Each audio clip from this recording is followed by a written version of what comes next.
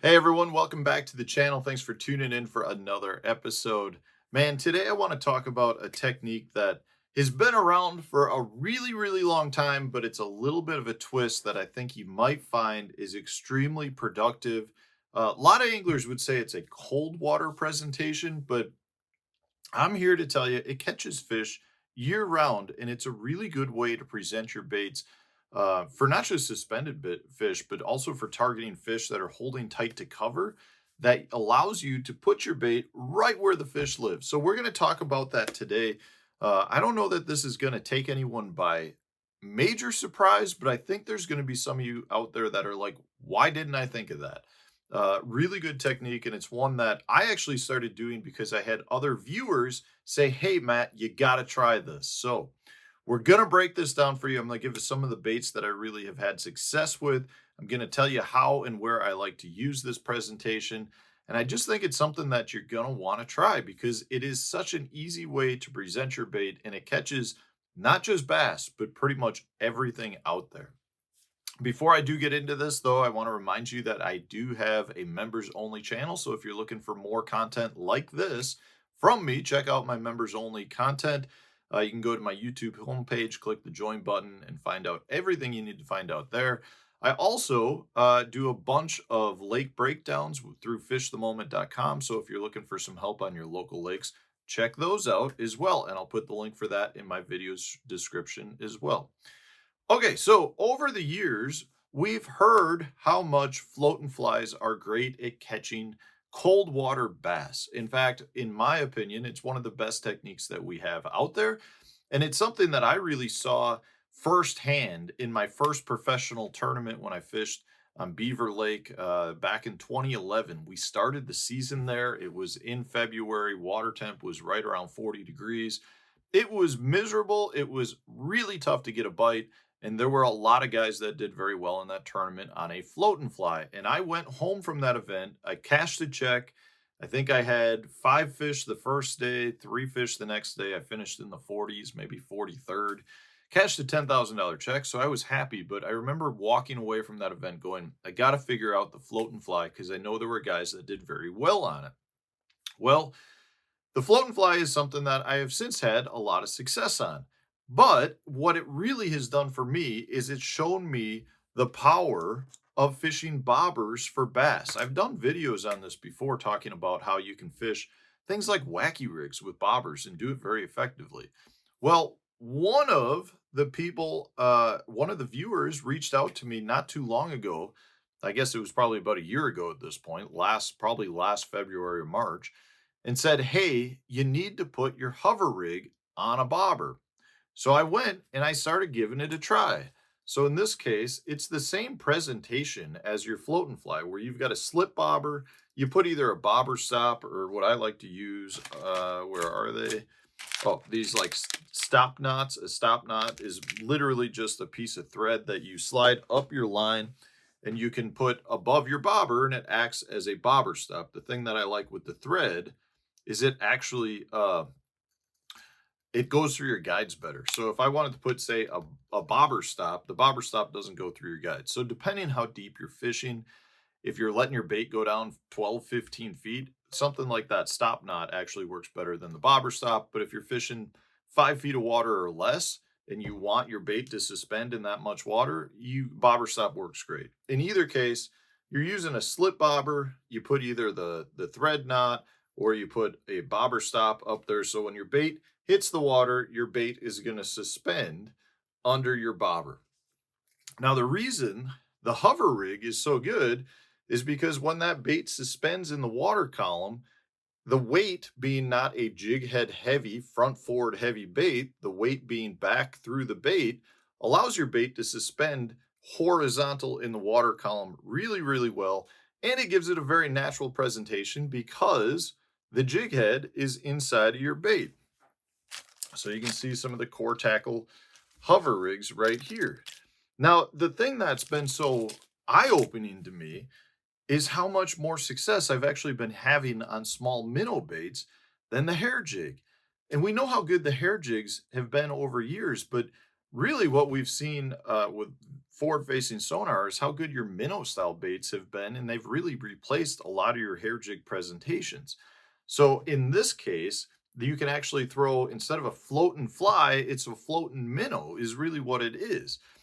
So I love throwing the hover rig in this case. Some of the baits that I like to throw, so the one I was just holding up, this is the Bass Tricks Mini Tricks. Where are you? You can also get some of the small flash tricks, which are just basically the mini tricks again, only it's slightly bigger. So this is the 3-inch flash tricks. I like smaller minnows. I have not had nearly the success on bigger minnows. I really like small, natural minnows, which I think the fish just have a harder time deciphering as being something different. And I think in your cold water presentations, it's just easier for them to eat. They're more willing to go and suck down a small minnow versus a big minnow bait. The other thing I'll say is if you go with a bigger minnow, what ends up happening is the bait sits not as horizontal. It's harder to keep the bigger minnows horizontal, and I think that's a very, very big thing with this presentation. So your little 2, 3, maybe up to 4-inch minnows, depending on the brand, is a big thing. So I like the little flash tricks, the little mini tricks. I like your little tiny flukes. So this is just a zoom tiny fluke. That's a really good one. So I'll show you the package so you can see it. That's just the Zoom Mini Fluke. I like the Berkeley Gulp Minnows. If I can grab one. Again, just your really small little minnows like that. Little Berkeley Gulp Minnow. I like your little Demiki Armor Shad, just like that guy. Those are all great, great presentations or minnows to be using with the core tackle hover rig and suspending under a bobber. The floating minnow, guys, I'm telling you, this is something that is excelling very well. So there's a couple of reasons I really like this. One, if you know you've got fish that are suspended, so let's say you're using forward-facing sonar, you can set this very quickly at the depth that those fish are at. So maybe they're at 12 feet down, you can set it at 10 feet. Always keep your bait suspended right where those fish are. Works really well for the fish that are not necessarily chasing shad, but they're just out there suspended because it is a slower presentation. So you're not necessarily throwing this at fish that are cruising really fast, but it works very well for that. It works really well for crappie as well for that. If you're fishing bluff walls, works really good to suspend the bait at the level that you think the fish are at. Maybe you're fishing suspended trees. You're on a place like Table Rock or the Beaver, which is the example that I gave earlier. A lot of guys were catching them out of the tops of some of the cedar trees. A lot of guys were catching them on the ends of your bluff walls. But the other place that I love to do this that you never hear people talk about fishing, really a bobber in any case, or even a float and fly, is around really specific targets. So whether maybe you've got a stump, maybe you got a lay down tree, maybe you got a dock along seawalls, a lot of your isolated cover that's actually in shallower water. So I'll set this, my bobber came off. I'll set this so that the bobber a lot of times is only, let me thread this on for you guys. I'll set this so that the bobber a lot of times is only 18 inches, maybe 2 feet above, and I'll throw it next to a stump. The stump could be exposed, it could be submerged. I'll skip this up under a dock, so maybe the dock's in 2, 3, 4 feet of water, and I'll just throw it under the dock where that bobber just suspends it. And you can let it sit there, you can twitch the bobber, and that minnow is just hovering, just like you would want a jig head minnow if you're fishing deeper suspended fish. But there's a lot of missed opportunity with this presentation where guys are thinking you got to just be using it in super cold water. That is absolutely not true. This is a year-round presentation, and it allows you to present a minnow in an amazingly natural, hovering, suspended application that a lot of guys are not doing. So I would highly recommend giving the floating minnow a try. Pick up some of your hover rigs. Oh, just to give you some information on the hover rig too, because these are such little minnows, I throw either the size 4 hook or the size 1 hook. They're both a 1/32 and 1/16 ounce. You want the nice slow fall. You can add a little bit of weight if you want, add a split shot, maybe 2 feet above the line if you really want your bait to get down there faster. But the 16th ounce, if you're looking for a little bit of weight, works really well with respect to it. But you need the size number 4 hook or the size number 1. So as an example, this is the little 2-inch mini tricks that I'm holding right here. That's our size 4 hook in there. The size 1 hook, I can pull one out just so you can see it.